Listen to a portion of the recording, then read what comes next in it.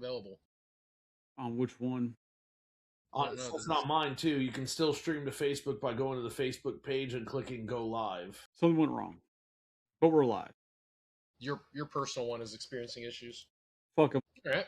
Well, because when you do personal, it just shows up as private. Like nobody can see your personal ones. The only ones that people can see on Facebook is through our actual like the collector's Unless page they're friends or with you. huh? Unless they're friends with you. No, even then you have to like invite them. Like if I go to the event that gets created, like this is a created event, I go to it. It says it's private. Like I have to invite people to watch this shit, and it's annoying. So it is what it is. Let me send out a link real quick before we get this rolling. Let me share it on my Henry Rollins page. I mean, he's in the song Bone Thugs, so I mean, there's that.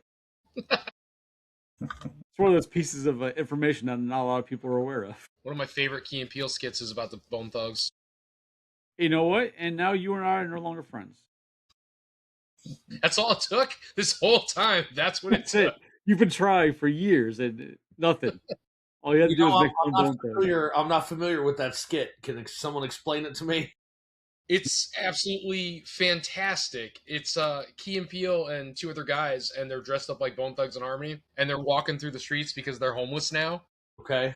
And so they're singing about being hungry and like unemployed and out of money to the tune of that popular song. Or whatever. Yeah. Okay. It's great. You got to look it up. I will not take any of this nonsense on my channel. God damn it. Really? Apparently I got logged out on my Facebook now. There we go. It's all Diaz's fault. Yeah. Get your back. Like, I had to like go to the collector's page and try and go back to my personal page and like now it's stupid. I can't send out messages. God damn it, Diaz. It wasn't me. I just shared it on my pages. So good to go. On my end. Like, what the fuck? Why doesn't it just let me go to Facebook? Yeah. There we go. Yeah, I did have issues with Facebook a lot. When I switching to the wired connection, it just Facebook don't want to work. I don't know. I ended up. Yeah, I'm not wired. I'm just using the booster tonight. Getting different browsers. All right, so we're set up. I tried to give Che a few more minutes, but fuck him. So welcome to Collector's Hideout, the podcast where we get together once a week, talk shit about random things, different topics each week, just to get away from the real world and all the bullshit that's going on in it. Tonight, I'm here with, as usual, Mr. Psycho. How you doing? Thank you very much. Things are going well. How about you? It's been better. Well, I'm here. I'm surviving. Excited for this Ghostbusters cast. It should be a good one. We've also got Shellhead Tony gracing us with his beauty. All right, cool. Thank you, Tony. And then we've also got Diaz. How you doing, man? Doing good. Doing great.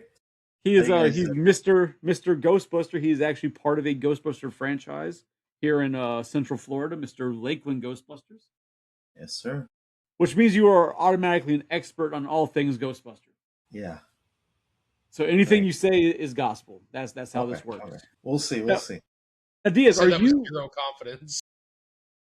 Are you like the actual president of the chapter, or are you just I'm the founder?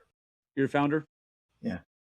That's dope. I might have to join eventually, and I have to get a flight suit. Oh, I have to get a flight suit. That sounds horrible. How do you not already have a flight suit?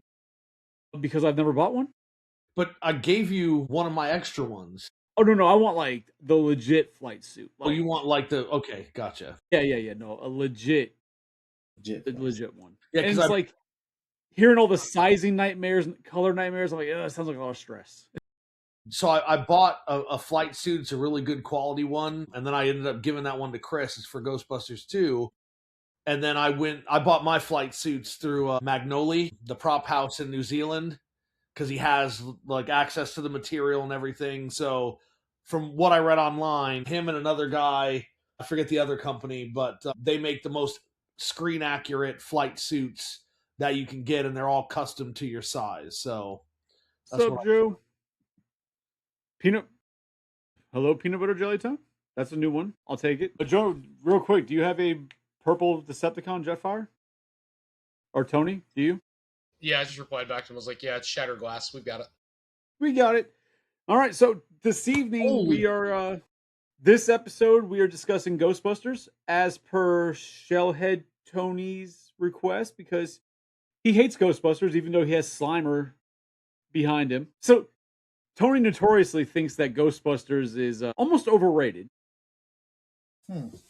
He also says that there's too much Ghostbuster toys on the shelves. Like, there's too many people making Ghostbusters when there's 75 companies making Turtles, but there's only too many companies making Ghostbuster toys. Go ahead, count them. How many people are making Turtles? There's somebody at my front door. Oh, are they wearing a mask and doing a dance? I heard about that going around lately. Is it a Ghostbuster? I don't know, I'm just wondering who the hell was at my front door at 9 o'clock at night. A rub and tug? Ooh, is it gonna be like one of those horror movies where we watch somebody just like walk in the back and take Tony out? Joe shows up for that jet fire he just asked about. Look, he's right there. He was in your fucking driveway. He's like, hey, Tony, I'm gonna need that jet fire that I was asking about, please. It's weird. I mean, they don't deliver packages at 9 o'clock at night, do they? Yeah, Amazon does. Amazon can. If their route gets delayed, it has to get there on a certain day. Hold on. So Tony's like, there's a guy at my door with a package. I'm gonna go check this out. Anybody know why when Tony responded, it responded from 4 different accounts simultaneously tonight? It happens all the time. I have everywhere. It's everywhere we're streaming to. Gotcha. So it's everywhere we're streaming to. So it goes to each individual Facebook and each individual YouTube. Okay. Like, we can see everybody's responses, right? But if we reply in there, it gets sent out to each one of those. Okay. But because he and I are on the main account, it does it to all the responses, like from each of the things. So, Ghostbusters is the topic. I'm thinking we should stick to the movies because Psycho asked me about it yesterday, and I was like, who knows? We'll just go with it. But Wild Chiazard. Oh yeah, Che's here. About time. Thank you for joining us. Yeah. In your vertical camera. How ghetto. Vertical cameras, man. What the hell? Haven't I told you about this? There are You look so small. technical difficulties aplenty. Yeah, if you're here on time, we could have fixed that. But okay, so The man had to go to work. I worked. Yeah, but what time did you start work? It doesn't matter. I mean, it does. All right, Tony's still alive. So, welcome back, Tony. Weird. Anyway. Was it Amazon? No, it was just a package, like FedEx. I'm like, how the hell does FedEx deliver at 9 o'clock at night? Because, like, I've seen, like, on some of the early days I've gone out, I've left the house like 5:30, and there's Amazon trucks on the road already coming out of neighborhoods and shit. Like, so they're out there delivering. I don't know, I just thought it was weird. 9 o'clock, and they're ringing my doorbell. Well, you know what? He was probably like his last stop. You know, he probably got held up earlier at somebody's house, you know, banging somebody's wife, right? And then he had to finish his route. All right, so we're doing Ghostbusters, Tony. Yeah. And like I said, this was kind of your request. You want to talk Ghostbusters? Well, I brought it up because you guys never shut up about it, so I thought it was perfect to go ahead and let you run wild with it. I mean, we talk about a great thing. Yeah, and it's not like we talk about it any more than you talk about Ninja Turtles or Masters of the Universe or Transformers. Like, if we're being fair, Ghostbusters is kind of on the bottom of the list of things that are mentioned in Drinks and Toys, and even here on Collector's Hideout. But it's exciting to actually do a Ghostbusters show. So excited. So the one thing that was said Tuesday night that I find to be a horrible statement was that Shellhead Tony prefers the second one over the first one. I do.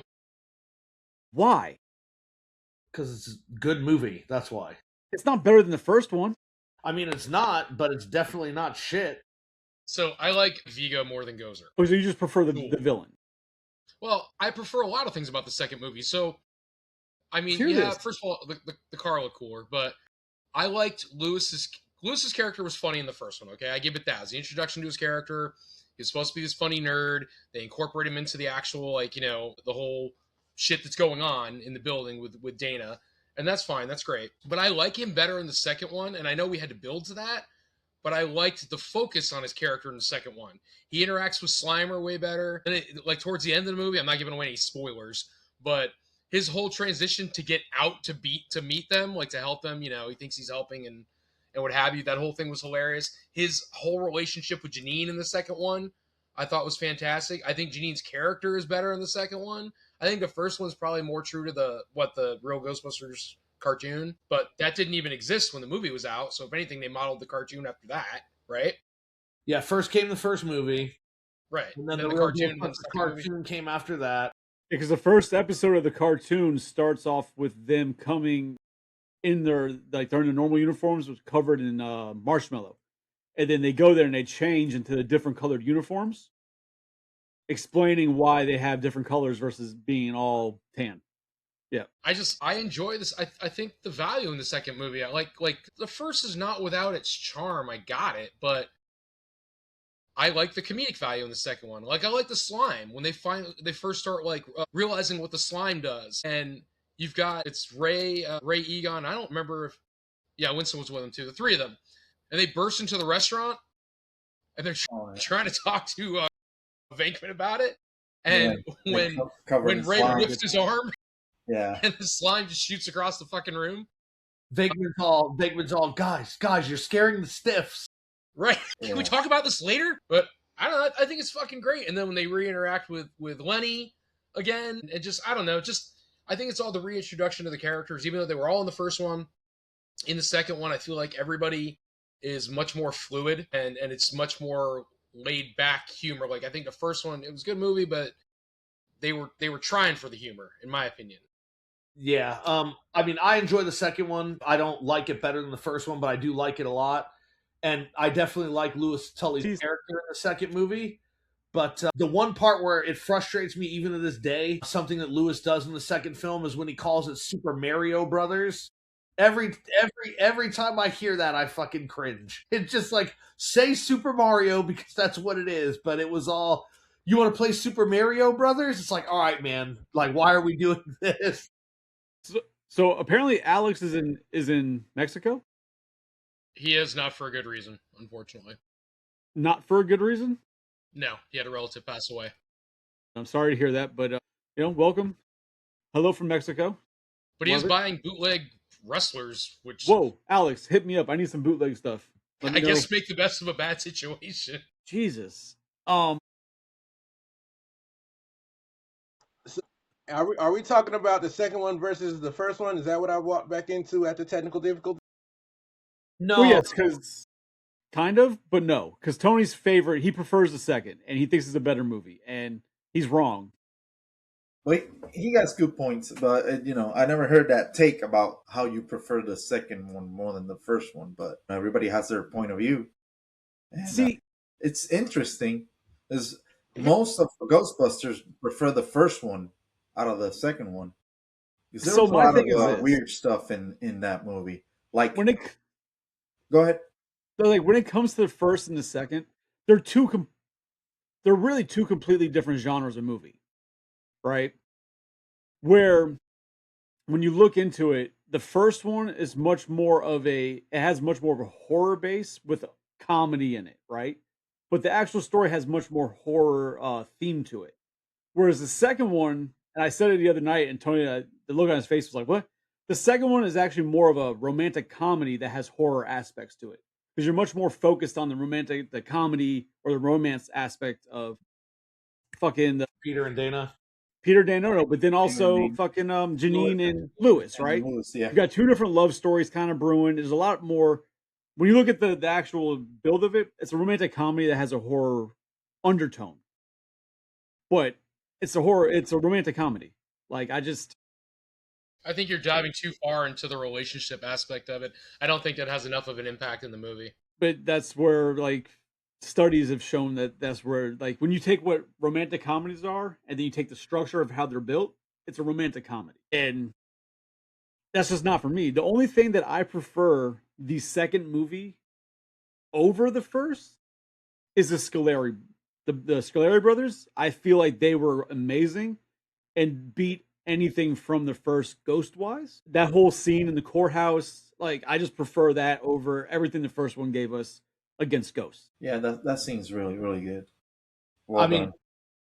I don't know. I guess I see the romantic comedy elements that Chris is talking about, but I don't believe that's I don't think it's a fair depiction to say that it's more romantic comedy than it is anything horror or supernatural. But again, everybody has their own opinion. I definitely enjoy Ghostbusters 2. So the people that are like, oh, that movie sucks, I don't understand, because it's still really funny parts. And there are a lot of parts in Ghostbusters 2 that I remember very fondly, right? There's a lot of quips and one-liners and jokes that are really well done in Ghostbusters 2. And I would say there's even more of them than in Ghostbusters 1. Ghostbusters 1 is absolutely a better movie.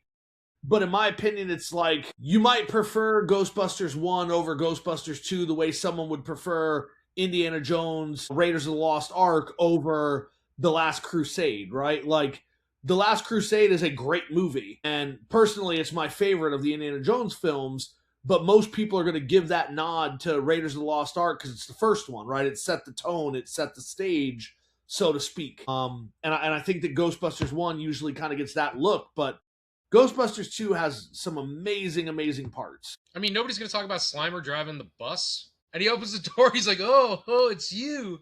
And I love, like, they give Slimer, honest to God, personality. Yeah, I was going to say personality. I want to say something else, but it was almost humanistic, right? The way he's like, he's like, come on, get on. Okay, I know you had your license. I don't know why he's Spanish all of a sudden, but I would assume it's a great part of the movie, and it's one of those small things that for me just re-solidifies why I like that movie more. But I think that I assume, I could be wrong on this, I assume that they did that with Slimer mainly because of how he's been portrayed in the cartoon, right? In the real Ghostbusters. Because the real Ghostbusters cartoon, he's part of the team. He's like Scooby-Doo, right? So they had to... They did make a lot of changes on the second movie to align with the cartoon. Like they took Winston's mustache away. It was to align with the cartoon. And how Janine's look, they made her look more like the real Ghostbusters cartoon also. So just, I had to look as I'm like, I know this whole fucking, the whole romantic comedy aspect of it. I'm like, maybe I'm misremembering things. But when you, even reading through what all the reports have shown, is that because the film centers on repairing the broken relationship between Peter and Dana, right? Like that's one of the main plots. There's a huge sub story with Janine and Tully. And then even people go with the about the tone and the style, is that the critics and fans often note that the film has warmer, more sentimental, and slightly lighter tone in the first movie, which is gearing more towards the romantic side of it. And in the romantic scenes, there's more romantic scenes in it. So those aspects of it, because the fact of their relationship is like rebuilding it. It's not just Peter's a whore trying to, surprise he didn't rape her while she was Zool. Like, he's a scumbag. I would think the lighter, warmer elements of the film are a direct result of the real Ghostbusters and making sure that the kids who were fans, because let's be honest here, right? In the 80s, there were a ton of kids TV cartoon shows that should not exist, right? Like they absolutely would not exist today. You got like Rambo the cartoon series, RoboCop the cartoon series. I remember that. These things would not happen today, but they had to justify those elements when they made the second movie, because they had this huge audience of kids now that they didn't anticipate in the first film. But they're like, here, let's make this kids friendly. But then they're like, oh, here's fucking Janos as a witch that might traumatize them for life. He is Vigo. When I was a kid, and I remember watching Ghostbusters 2 for the first time, that scene with Janos as the witch abducting Oscar. Oh, yeah. That bothered the hell out of me as a kid. With the hand that goes like big and grabs the kid. Yeah. As a kid, I never realized that it was the same person. As I got older and I watched, I'm like, oh shit, it's him. Okay. Because as a kid, I was like, I never understood where the witch came from or where the witch went. But it was him. That shit fucked me up as a kid. I'll give it that. It's just the original one, I guess when you watch the original one, for me, it's like lightning in a bottle, right? They caught something magical, something special. And a lot of the second one, even if you take the romantic comedy side out of it, a lot of the second one feels like they're really trying hard to recapture that lightning. And it doesn't hit, like almost like it's forced, like they're really trying hard instead of just doing something else that could be great. Fucking Bill Murray, he's a great actor. I love him. I'm not a fan of him in the second one. Like, he just, like, he almost seems like he didn't want to be there in some parts of it. Like, it's just, I don't know. It does not hit. I enjoy it. I'll watch it. I'm not going to say it's a trash movie, but. Now, imagine what you said with the lightning in the bottle with the first one. Imagine if they would have got Eddie Murphy like they wanted. I would have been trash. I think that having Eddie Murphy, and listen, I love Eddie Murphy, but I really think that having Eddie Murphy in the film would have really thrown off the dynamic. It would have been another strong personality with Venkman and with Aykroyd that would have had to mesh. I think that people do not fully appreciate how much Ernie Hudson brought to Ghostbusters. Right, his calm demeanor, his sense of strength, like you can feel it, like you can feel the strength, especially when he tells you that he was a firefighter right before he becomes, like, it makes sense that that's the kind of character, all this chaos going on around him, and he stays calm and he just kind of does the job, right? It's like, okay, I got a job to do, I'm doing the job. And I think that he really is kind of the glue that holds some of those scenes together later on. You need a blue collar attitude like that in a team like that with those type of personalities. And yeah, again, I'm a huge fan of Eddie Murphy, like you said, but that just wouldn't have worked. It wouldn't have worked at all. It would have been funny, but it wouldn't have worked. It wouldn't have been the same Ghostbusters that we all know and love. But yeah, because like Psycho. Good. Now, also, like you said, Chris, in the second one, I actually saw the second one before I saw the first one. Bootleg cable in Haiti. We stole it from the Dominican Republic. Don't ask. I was like 9 years old. Good time. One of the first things I saw in the Ghostbusters franchise was, like you said, Janos as the witch. And then we watched it again like the next day. It was on the loop. And I'm like, where's the witch play into this? Like, you're absolutely right. That part was probably the freakiest part of that movie as a kid. But going back and watching it now, yeah, the train tunnel, that should have been the freakiest part of the movie as a kid. With the heads on spikes and shit. Yeah, nah. Should have been fucking with that as a kid. So, like, Joe here, like, yeah, Eddie Murphy and Dan Aykroyd had amazing chemistry in Trading Places, right? Like, they did great. Would have been horrible for Ghostbusters. I think what Psycho's saying, though, with Ghostbusters, Ernie Hudson, he was an established actor, right? He wasn't a nobody.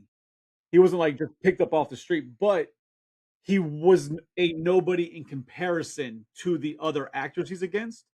Where when you use Ernie, you use Winston in this case as like the everyday man. He's us. He's the audience, right? Because you have the two scientists, you have the wannabe scientist who's like a used car salesman, but then you have Ernie or Winston who's like everyday man. I don't think Eddie Murphy would have been able to pull that off because of just his name and who he is and what he's had already done. He couldn't have pulled off the everyday man that people could relate to in that type of position. Exactly. Which is why it works so well. He will try to outdo Bill Murray, and that wouldn't work. Yeah, I mean, and then imagine having 4 Ghostbusters from the start of the film all the way through in the first movie. I think that would have been a problem, because I don't believe that Eddie Murphy would have been fine coming in halfway through the film. Yeah. He would have wanted the same billing as Bill Murray and Dan Aykroyd and Harold Ramis.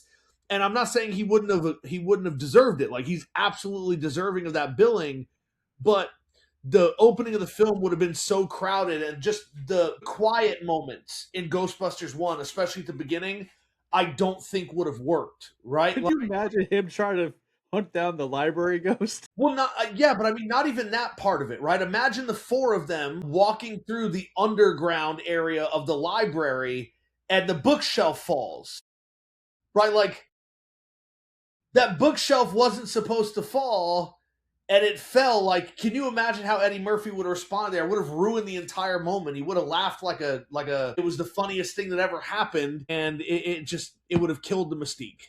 Right, that's what I'm saying. That whole scene, hunting the library ghost, right? We're supposed to be quiet and all this. He's loud as fuck. Like, they're down there, and then here comes fucking Donkey. Like, you can't be quiet. Like, but then, like, when you hear a lot of the other actors who were considered for other roles in the movie, right? So everybody knows it was supposed to be Belushi as Venkman. Yeah. Right? John Candy. John Candy was supposed to be Louis Tully. That would have never worked. that would have been bad. I could see that working. It wouldn't have worked out as well as it did, but John Candy had the charm to pull it off. He absolutely could play like a bumbling, lovesick tenant. Because, I mean, you see that kind of role. It would have been a lot like the security guard role he played in National Lampoon in Vacation. But that's not what he was doing, though. But no, what I'm saying is the personality would have been similar, that like quiet, nervous energy. No, but Psycho, you have to remember, Louis Tully is Louis Tully. The way he acts was all from Moranis. He improvised, like that was him. He did his own thing. The character that apparently Candy was actually portraying was much like one of his characters from another movie that had like an accent. Like it wasn't anything that you would have seen in comparison to what Moranis gave us. Yeah. That was all improvised from him. Like the character, they're just like, hey, just here's what we're doing, and then he kind of ran with it. Which leads to one of the funnier parts that I really enjoyed about Ghostbusters as you got older. As a kid, you didn't notice it, right? But as you get an adult, and Tony mentioned it the other night, how he keeps locking his keys in the house. He keeps getting locked out. But then he winds up, he is the key master. Yeah. Like, irony. That gets locked out of fucking everything. It's one of those things, like I said, as a kid, you don't realize that as a kid, the joke there, right? But as you get older, you realize, like, holy shit. There's a lot to Ghostbusters that as you grow up watching it, you catch more and more and more of, you know? I think I've said this on another cast, but part of the reason that I'm partial to Ghostbusters 2, I think, other than I think it's a really good movie, it was one of the first movies I saw in theaters. My dad took me to see a double feature at the theater, and it was Tim Burton's Batman and Ghostbusters 2. And those were the first two movies I ever saw in the theater. And I don't remember which of them came first in the double feature, but it was one of those dollar movie theaters. You pay $1, you get 2 films.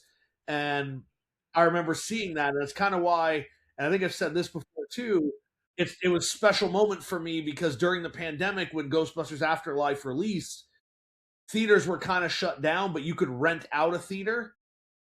You know, Chris and Che and I and a bunch of our friends, we rented out a theater, and the very first movie my daughter ever saw in theaters was Ghostbusters Afterlife. So it was like I saw Ghostbusters 2 for the first time in theaters, and she saw ostensibly Ghostbusters 3 in theaters. I don't know. She still talks about that and how much she liked it. We'll get to Afterlife in a little bit. So I respect Tony's love of Ghostbusters 2. I respect you. It's a very strong word. Okay. So one of my big for Ghostbusters 2, we'll just say that. So outside of the romantic comedy side that some of you don't agree with, right? One of my biggest issues with Ghostbusters 2 is the fucking Statue of Liberty. Stupid as fuck. That was awesome. It is dumb as hell. You didn't have a Stay Puft, so you had to have something giant walking down. And that's exactly what they said. They needed something else because they couldn't do Stay Puft again, so they wanted something else monstrous, and they used the fucking Statue of Liberty. Look, man, you can't hate because they were controlling the Statue of Liberty with an NES advantage. You can't hate on that. Yes, I can. It was fucking stupid. No, that was stupid. One of the better jokes is they're going along. He's like, she's gonna shake apart. We should have patted her feet. I don't think it'd make Nikes in her size, right?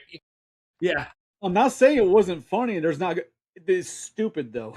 Yeah. And we've already established on previous episodes, Tony, you like stupid comedy.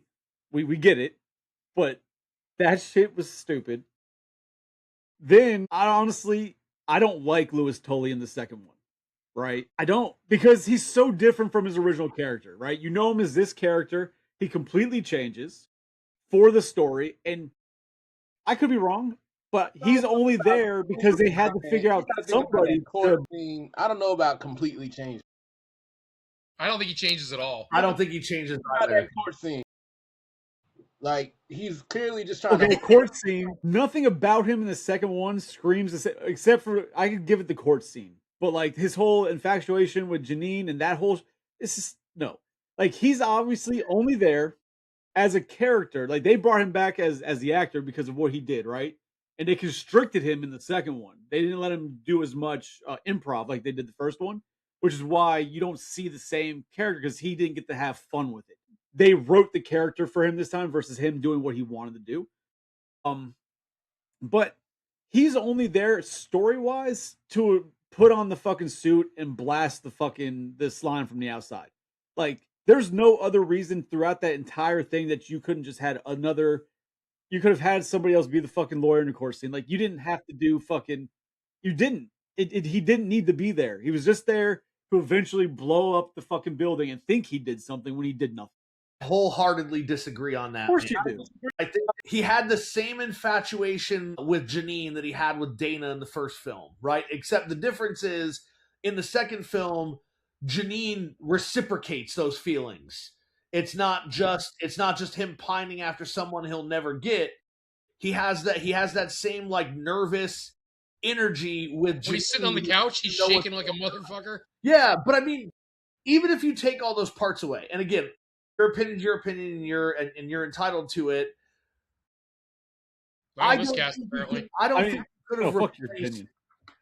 think you could have replaced Louis Tully with any actor to play the lawyer in the courtroom scene and have it be as effective. It is the relationship they have with Louis Tully that makes that scene effective, right? Like, you guys are making a big mistake. I got my law degree at night school. That's okay, Louis. We got arrested at night. They just fucking slammed his head down on the table. One time I turned into a dog and they helped me. Thank you. Like, nah. Like I said, that doesn't hurt somebody. This shit's funny. I totally forgot about that shit. Yeah, like that was like his whole opening statement. This shit is funny. Absolutely, I'm not against it. This shit is funny, but like I said, he's not. It's not necessity. And even he himself says it, that he was so constricted when it comes to it that it just, he didn't feel the same thing anymore for it because he was constricted by it. They didn't let him run free. I do like at the end of he's such a good character, but at the end of the first movie, and he's standing there, he goes, man, Superintendent's going to be pissed. He's got so many one-liners in the first movie that are amazing. Who brought the dog? Yeah. It's the fucking pterodon is busting through the fucking wall. The whole thing like, with who him. Are you guys? We're the Ghostbusters. Who does your Jaxes? Yeah, I just pterodogs. I just love it, man. It's like Your Honor, ladies and gentlemen of the jury, I don't think it's fair to call my clients frauds. And then he goes through this whole thing, and then he walks back to the table, and then Egon's all, very good, Louis. Louis, short but pointless.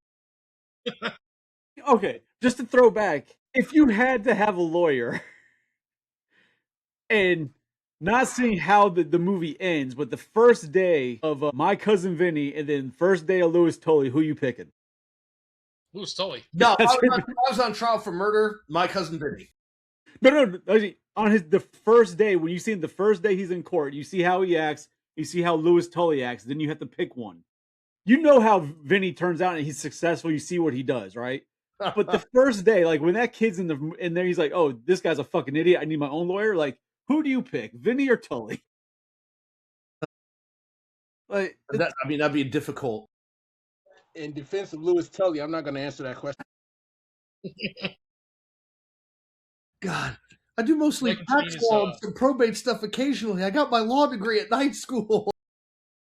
So here's a question. Oscar, the baby in the second movie. Yeah.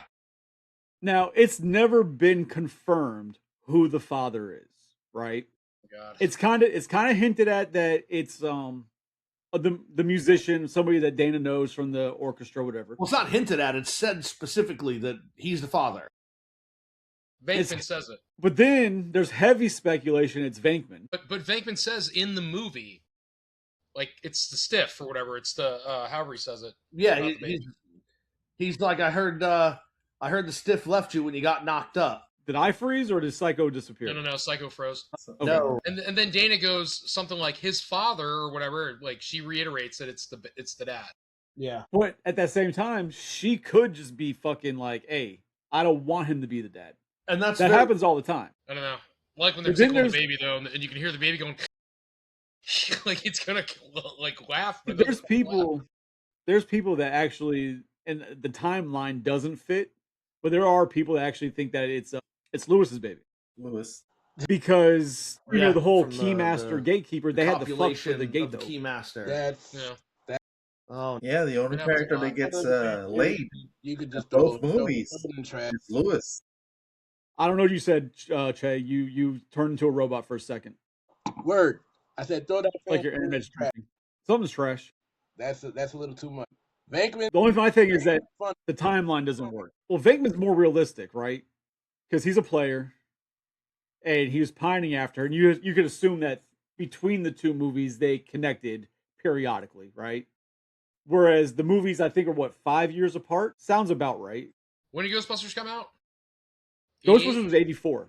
And then the movie second one was 89. So technically 5 years apart. It was 84? Yeah, Ghostbusters 1 came out in 84. 84. Shit. Yeah, pretty much. But regardless. But yeah, so like the timeline wouldn't work, because if it was from that whole thing, then by the time we get to Ghostbusters 2, he'd be like 5 years old, right? The kid was not 5 years old, so there's no way, unless in their movie it's different. Yeah, he takes to Oscar. Venkman takes to Oscar very quickly, but which, to me, the way Venkman changes, it takes to Oscar versus the way he was in the first movie, where he was just Mr. Player. He's still Mr. Player, but he very much takes to Oscar and trying to be this figure to get in Dana's pants some more and fix the relationship. That very much reminds me of his character in Groundhog Day after like 140 years, eventually starts coming around and wanting to find love, wants to change. So like it pans around. I love when he's dealing with Oscar and she's like, I got to put the baby down. And he's like, can I do it? Like, sure. And he's like, you're short. Another thing about Venkman's character in that, actually, when she goes to the apartment, that's one of those moments where you see Bill Murray, I think, in my opinion, is when he's having some of the most fun on that movie. Because the way he delivers his lines in that apartment scene feels more like the first movie than most of the rest of the second movie. His lines. Like when he says, like when she says, oh yeah, put your clothes in the hamper over there. He's like, I have a hamper? Like that shit like that in that scene. You've seen interviews where he's like, nah, this second movie wasn't great. They all say things like that periodically. And you can tell there's less improv, but there's a couple scenes, like especially with her and the kid, where it feels like Bill Murray's having more. What the fuck is that? It's the Subway Ghost. Yes, Subway Ghost. But yeah, no, I mean, his name Jared? As my daughter was growing up, I'd always tell her, you're short, your belly button sticks out too far, and you're a terrible burden on your poor mother. Speaking of Subway, Psycho's not here. I am here. What are you talking about? Funny. I'm gonna wait for Psycho to come. Wait, what the hell? Psycho is here. Holy shit! He's here.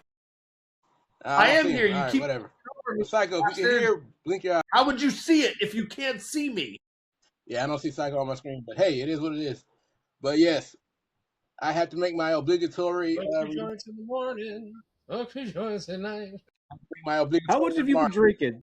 In the subway, Ray, Echo, Egon, Echo, Winston, he gets the ghost. That's racist. I mean, just the heads on the spikes didn't scream like possible racism here. Like it was just the Echo. That's the problem. That too. But yeah, the fact that Egon and Ray got the Echoes and they got to enjoy their moment, and then Winston's all, hey, Winston. Yeah, nah. That's racist. I like when it runs through him though, because he had to pretend that happened, right? With the train. And when it's done, he's like, ah!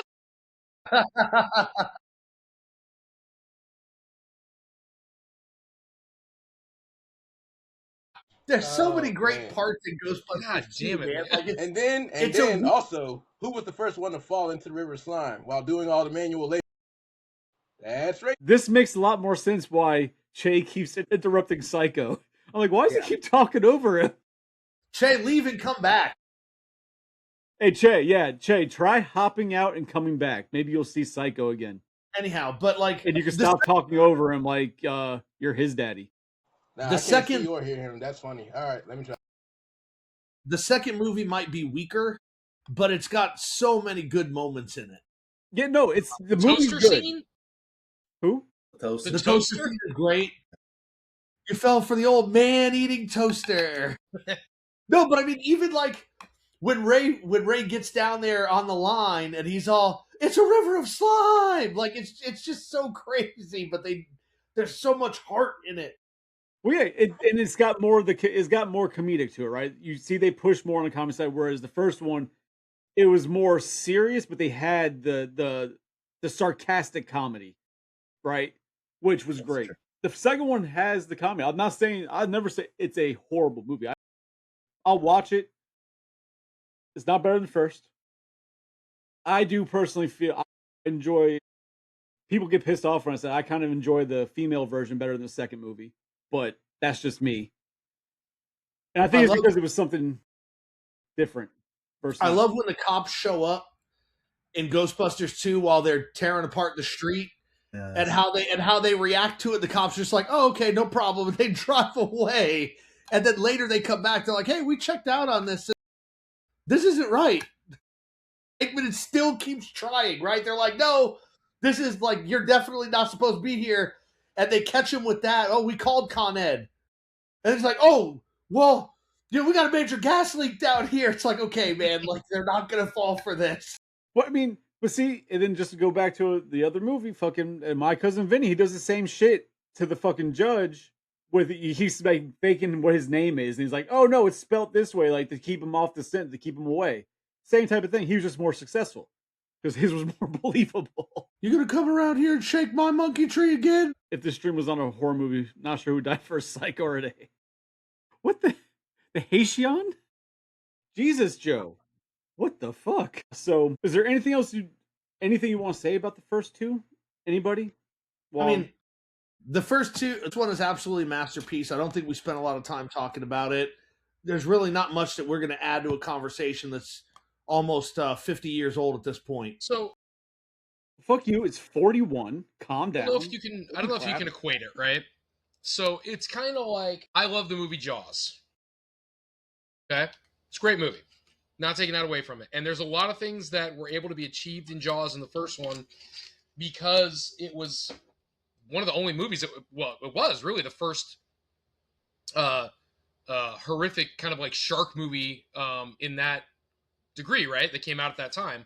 And they were able to do so much without actually showing the shark. Like, because the shark was broken. It's like 18 minutes or something in the movie. Like, that's all you see him or some shit. Yeah, if that, yeah. So the rest of the time, it's all just like it's music or it's, cinematography or whatever.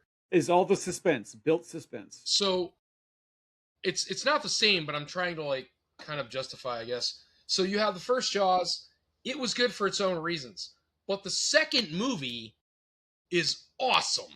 The second Jaws movie is fucking awesome. And I don't know if you remember it very well, but it's the one where the kids are on the sailboats. Mm-hmm. And it's like terrorizing Jaws. And they electrify Jaws. They do. It's actually one of my favorite scenes, actually. But because when something is electrocuted, it blows up. But yes, it's a fucking shut up. So because ghosts and guys with sport packs are real. What now? I said Audrey 2 blows up when it gets electrocuted. Just say it's science. That's how it works. You get electrocuted, you blow up. That's science. Either way, I kind of equated the same thing. It's like the first Jaws. It's the first Jaws, so it's always going to have that special place for people. Of course. But it doesn't negate the fact for me that the second Jaws is more entertaining, and the cinematography is... Don't you dare say better. They call it different. It's done differently. The focus is different. And again, the shark's not in it a lot, but it's definitely in it more than the first one. Is he having a stroke? I don't think he realized we could hear him even though he turned his camera off. It's kind of weird. But I was having my die-hard moment. Tony, what do you feel about Jaws 3? Jaws 3 was terrible. Isn't that where they go to SeaWorld? Terrible fucking movie, yeah. Horrible. So, but again, like I think that Ghostbusters 1, we could spend a lot of time talking about it, but there's nothing that we're going to add to the conversation that hasn't already been said. It was a cinematic masterpiece for its time, and it definitely, when it was first conceived, it might not have worked out to being what it ended up becoming. Like if John Belushi hadn't died, if it was focused on them, like Aykroyd and Belushi, it would not have been anything like it ended up being. And I don't know. Hell, if it was Aykroyd's original script, it wouldn't have been what it was. Yeah, and I don't think that the film would have kind of generated the following that it has now. Ghost Breakers. But I think that Ghost. I just think that we have such a special moment in film with the first movie. And then the second movie, I thought was a worthy successor, right? Obviously not as good. But are you going to kind of segue into the 2016 film now, or were you trying to go somewhere else? Don't matter. I mean, I enjoy the 2016 film. A lot of people hate it for some valid reasons, a lot of dumb reasons. So before we move into that, can I bring up one other thing? We talked about this on the phone the other night. I think before we move off of the original Ghostbusters films with the original cast. Don't get into the video games. I think that we need to talk about the video game. The 2009 Ghostbusters game, because I thought you were going to say something else. No. It was written by Ramis and Aykroyd, and it was their original Ghostbusters 3 script that they tried for years to get made, and Sony kept saying no one wants to see it, nobody cares about it, the Ghostbusters franchise is dead, nobody likes it, let's leave it alone. And for years they tried to get this movie made. They brought in other writing teams that were successful to go over the script and look at it in hopes Damn, you blow up to get it made. You electrocuted. But then it was never put through, right? And so we got the video game in 2009 for the 25th anniversary of the film. And everybody loved it, right? We also, Mattel started making the Ghostbusters toys for the 25th anniversary when they got the license. And there was this great resurgence of Ghostbusters. And Sony came to Aykroyd and Ramis and was like, hey, we want to make another film, break out that script that you guys have been pitching to us for years. And they're like, hey, we use that script for the video game, right? Like, it's gone. But for them, they honestly believe that the third film was depicted in the video game. It had all the original Ghostbusters, right? The story connected directly to the events of Ghostbusters 1 and Ghostbusters 2. And I thought the story was amazing. Yeah, the game was great.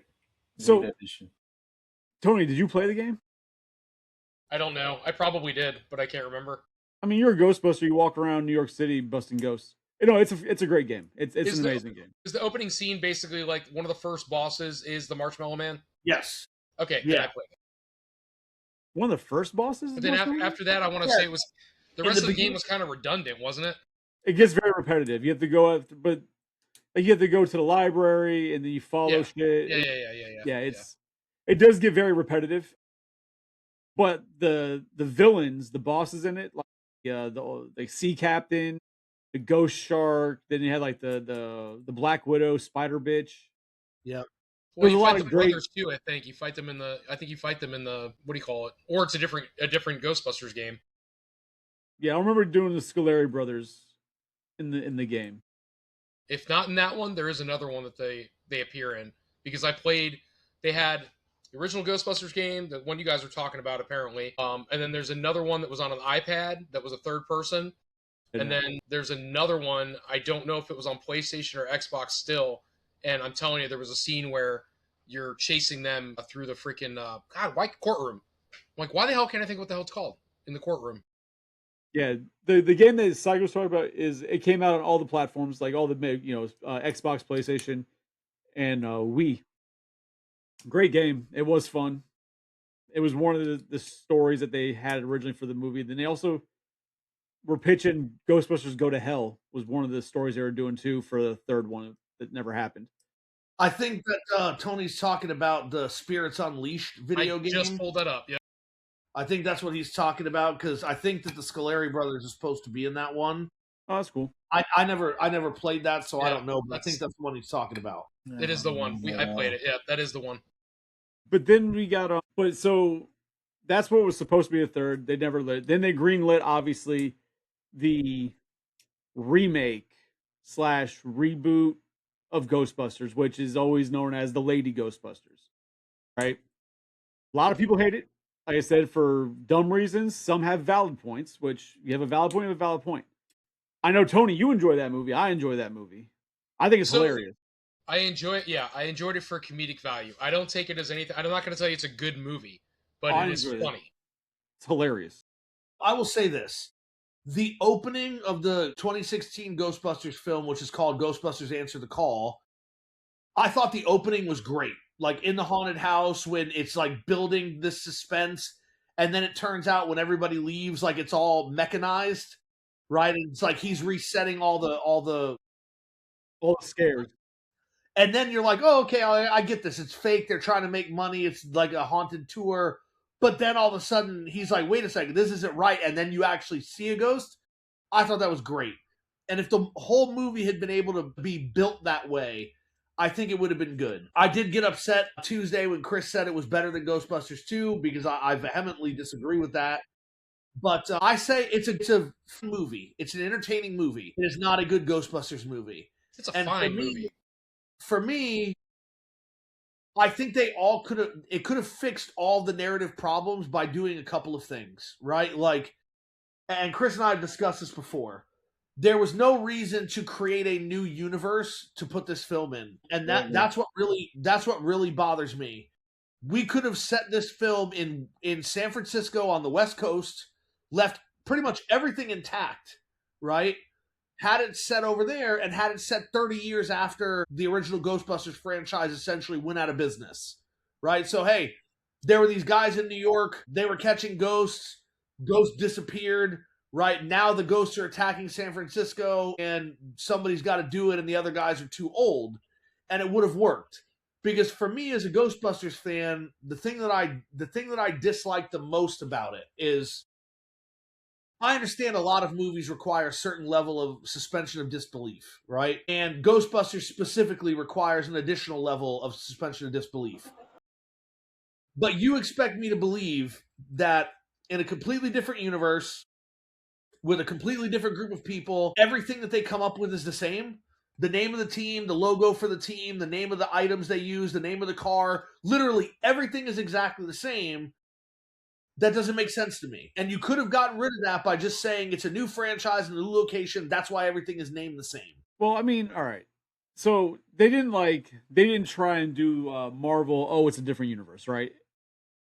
They're not doing that aspect of it when they made that movie. It's not a different universe. They were remaking the movie. Let's put it what it was. They were trying to remake Ghostbusters. Then they're like, oh, we're gonna make people happy by throwing in cameos from the original cast. Which that just pissed people off. It's like if you're gonna have the actors in it, you might as well have them be their characters, not a fucking taxi driver and different things, right? Like Psycho said, he and I discussed it, and the first time we discussed it, I made the point, and he's like, you know what, that's a good idea, is that it should have been the different franchise, even like you said, San Francisco, Chicago, wherever. There's a different franchise. Then you could have still had cameos from all the original cast portraying their characters, even if it was like video calls, the training videos, like whatever, to establish that. Absolutely. My only issue with that movie is the fact that they tried to remake Ghostbusters versus adding to Ghostbusters. Because that was the only issue. If you just fucking taken it, give me that exact same movie, but just made it a different franchise, I would have had no issue with that movie. At all. Just not scary enough. It's 100% comedy. It's an entertaining movie. Well, no, it's hilarious. But I mean, it's definitely entertaining. But see, whereas where you get Ghostbusters is like a horror comedy, and you guys don't want to agree, but second one was more comedy. I feel romantic comedy, like a lot of people agree, but you guys don't. Cool. Ghostbusters 2016 is a comedy. I don't see a horror aspect to it. That's all it is. Yeah, it's just a comedy, which is perfectly fine. It's not, doesn't take away from it. It's a comedy. I don't see any horror of that to it. Which, I mean, it just is, but people, yeah, exactly. A lot of people, women bad. Like, who's Peanut Butter Jelly Time? Welcome. I don't know. I'm glad they're here. Stuck in 1998, apparently. But, or like Family Guy a lot. I don't know. But, I mean, Diaz, what do you think about the movie? You didn't really say much about 2016. 2016, the tech was cool. All the new gadgets were cool. I enjoyed that. But yeah, like the problem with that movie was when they first did the first teasers, they were mentioning the original Ghostbusters like it was in the same universe, and that pissed everybody off because you can't like you're gonna do a teaser tying this movie to the original, and then came out later. It's like no, it's not. It has nothing to do with the original. So like, why are you doing this teaser that says that it's connected, but it's not? And then that misstep messed up the whole movie because everybody was paying more attention to the movie and more critical of it because of that. Not to mention, in my opinion, the whole movie, the way that it was created, it kind of left a bad taste in your mouth, right? So people knew that Sony could not make a Ghostbuster movie without the approval of all the original cast, like so Murray, Ramis, and Aykroyd, and Ivan Reitman. And they had to have that to do anything Ghostbusters. And so, like a week after Harold Ramis dies, when Sony then got some wiggle room, they immediately started developing this new female, like all-female cast movie. And it had bad optics to it from the very beginning, in my opinion. Right? And that was kind of the issue because Ramis and Aykroyd had been wanting to do something with Ghostbusters forever, even if Murray wasn't interested. And Sony just kept saying, no. And as soon as Ramis dies, they're like, okay, now we're going to put a movie in. Now we can have complete control over it and do whatever we want. So one of the things I remember when they first announced they were doing the movie, right? They hadn't mentioned cast. This movie's coming. Then as soon as they announced who the cast was and the way the story was going, the hate started, right? Not everybody, but there was a huge amount of hate because it was an all-female cast for a plethora of reasons. It just is what it is. The one thing I don't think any person who loves Ghostbusters, whether you hate the 2016 or not, you have to respect it to the point that we got Afterlife and Frozen Empire because 2016 was there. If they hadn't made 2016, I don't think they would have continued it because at least it had that push to show that there's still an interest enough for them to continue. Yeah. Because when you have, like you said, you had Harold Ramis pass away. Bill Murray's been trying to get away from the franchise for years. He's been trying to get away from it. Like the momentum was dying on it. And that movie gave it that kick to at least get us to where we got with the next two movies that came out, which would be Frozen Empire and Afterlife. I think without 2016, we'd have neither of those. Yeah, I mean, I 100% agree with you on that. So as much as people want to hate, they can hate it all they want. They have to be appreciative of it because it continued the franchise at least and brought life. I don't hate on the movie. Like I said, I've watched it a few times. I showed it to Evangeline recently because she wanted to see it. She didn't like it as much as she liked the original two and then Afterlife and Frozen Empire, which is surprising because I thought as soon as we watched that one, she was going to want to watch it all the time because it was all women. She was like, well, it's okay, but I like the other ones better. But I mean, I don't know. I guess I can't speak for all fans, but I know one of the things I was most disappointed at before I saw the movie was, as a fan, I wanted to see a live action version of the story presented in Extreme Ghostbusters, right? So like I had always wanted to see a new group of people come in, the older guys mentor them, and then they kind of take over the mantle. And so when they were like, okay, we're going to do a new Ghostbusters movie, I'm like, okay, this is going to be awesome. And then when we found out it was a bunch of middle-aged people again, it was like, okay, what are we doing here? Like, why are we not setting up for the future? Why are we staying status quo here? You're chasing the Batman dream. What do you mean? So I was trying to find it. Earlier you mentioned Dan Aykroyd's original vision. Yes. I was trying to find that note.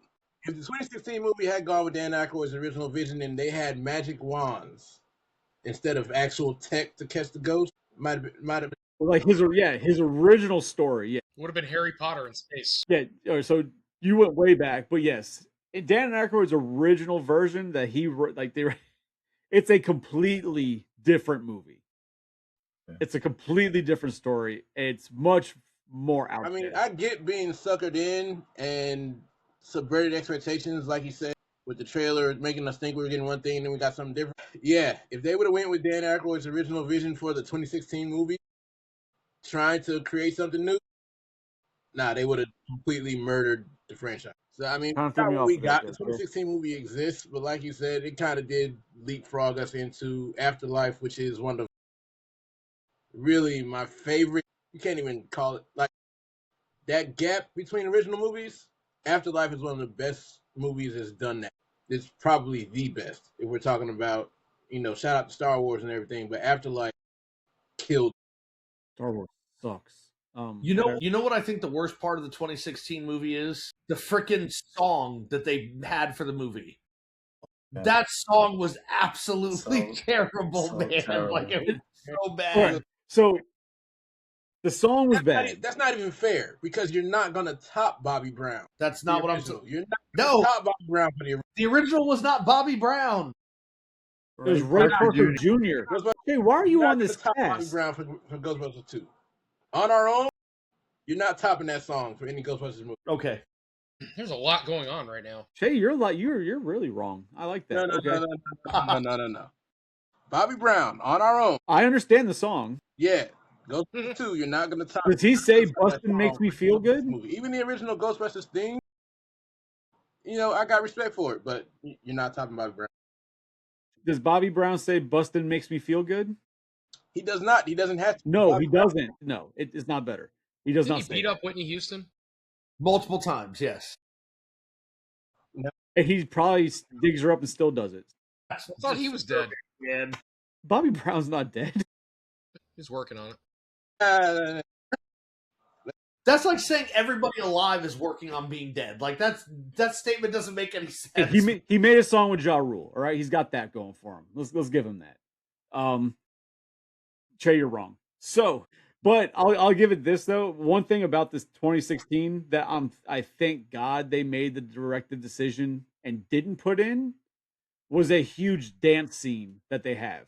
Like they filmed a giant dance scene for that movie. Yeah, it's at the end of the film. During the no, but it was supposed to be in the movie, and they did not. Terrible. I don't like the whole Chris Hemsworth thing. Whatever the hell that was supposed to be at the end, that was fucking stupid. Or he becomes the bad guy. He gets possessed. Yeah, he gets possessed. Yeah. I don't know. I like the comedy of that part. Hemsworth he's was hilarious as Kevin, hilarious. Like playing the secretary. He's fucking hilarious, but the character at the end is stupid. I don't know. But when he takes his glasses off and he pokes his finger through it, the coffee, he's like, yeah, that's it. So doesn't he draw like the symbols, the boobs, goes with boobs, and then they're like, "This is not going to work." He's like, "What? Do they need to be bigger? I can make them bigger." Yeah. What does he say? Something he goes, "Can I bring my cat to work?" And he goes, do you have a cat? No, it's a dog or something like that. He goes, his name is Mike Cat. Yeah, Mike Cat. Yeah, Mike Cat. No, it's I don't know. That was fucking hilarious. So the newer ones though. So you got 20. Was it 2020? It came out 2021. 2021. So you have Afterlife and then Frozen Empire. If I had to go on, of all the movies, which movie I enjoyed the most as far as like that hits you, actually like you actually feel some shit, is Afterlife, right? Yes.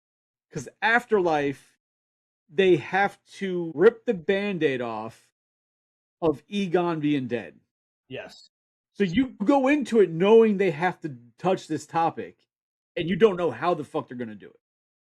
They absolutely crushed the reintroduction of Zool, of bringing back the original Busters or whatever as best they could. The way they made Harold Ramis, the way he, like, you honest to God were like, oh, I thought he was dead. Obviously, we knew he was dead, but the way they interjected his persona into the movie, you'd have swore he was still alive. They did such a great job. Yeah. The whole movie. I mean, I'm sorry, nobody on here didn't do it.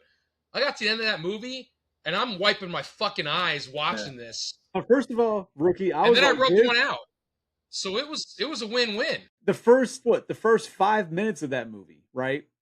Yeah. It's like they're either going to tell you how it happened. So you go into that movie, I watched the trailer one time, so I had no idea what to expect when it came to how they're gonna touch the topic of his death. Yes. So you watch the first 5-10 minutes of the movie. You watch Egon die. Yes. Right. Like that hurt just watching him die. I'm like, all right. Which I want to interject right here. I thought they did a great job with that. I think so too. They didn't show you the actual death scene, but you knew the death occurred, right? You see just enough of him escaping. You don't know what he's got. He gets in his truck. The truck crashes. You see him make it into the house, but they don't show you any close-ups because they have someone filling in. And then you know that something is happening and it goes the outside of the house, so you don't have to actually watch the death. I thought what they did with that was fantastic. So but go ahead. You know he killed himself to not be possessed, right? Yes. Which is weird because ghosts are known, they can just possess a dead body, but whatever. That's, different types of ghosts maybe. It's like they brought the zombie back, he was driving a taxi, like they couldn't just take over Egon's body. Like that's fucking weird. But yeah, no, that part, like just knowing that, all right, that just happened. Then it'll be touched on later, right? Because it has to come up again. And then in the ending, the whole fucking ending, you're like, God damn it. Now I'm crying again. Yeah. Like in Toy Story 3. Fuck these movies. Yeah. And like, I thought that that end scene, yeah, nah. Look, we are all fans of the franchise. We're fans of Harold Ramis. The way they did that, fuck it. I was crying. I'm in the theater crying. I will say this: I thought that the layers of emotion at the end scene were also masterfully handled, right? Because it's a very short moment, but you have the moment where all the Ghostbusters look over and see the spectral version of Egon there, and you can see it on their face. But then at the end, when Winston says, "I wish you would have called me. I miss you, my friend," right? Like, that's the first part that hits you, and you feel it. And then when he has the moment with his family, with his granddaughter, and very briefly with his grandson, but then with his daughter, right? And it's like, and I don't know if maybe because I'm a father of a daughter as well, like I could imagine what that was like, but there are a handful of movies that have made me emotional. Terminator 2, when I was a kid and the Terminator lowers into the steel, right? And you lose the Terminator. Toy Story 3, definitely on there. Ghostbusters Afterlife, definitely on there, right? Lion King. Yeah, Lion King was rough too. But, I mean, just for me, the Lion King never got me, but all right. Mufasa dies? God damn it, you heartless bastard. Yeah. No. The magnificent... Hold on. Did it bother you when Atreyu's horse dies? No. That's different, dude. Okay, just making sure you aren't fully heartless. You're being swallowed by the nothing. Like, how do you... Just, what? I think that they did so well in that movie. And a lot of the complaints that I read about the movie, they're just retelling the story of Ghostbusters over again. Yeah, but they did it in a way that was different enough that it made sense. It wasn't just, let's do everything exactly the same way. It was, hey, let's reintroduce these elements that are important to this franchise that we can then go over, right? Like, maybe you missed the importance of Gozer. Now we're going to underline that for you. We're also going to introduce some new elements from things that Gozer could do. And I love, this is so stupid, but I absolutely loved that they had J.K. Simmons playing a body in a casket, and when he finally starts acting, he just gets ripped in half. It's like you get 10 seconds of J.K. Simmons, he just gets torn in half. That was great. It's really, so when you were talking about like the emotional part, like the ending, obviously, where it's like the send off for Egon, right? It gives his character the time to There's so much closure right there. Yeah, to say goodbye to his team and to the fans.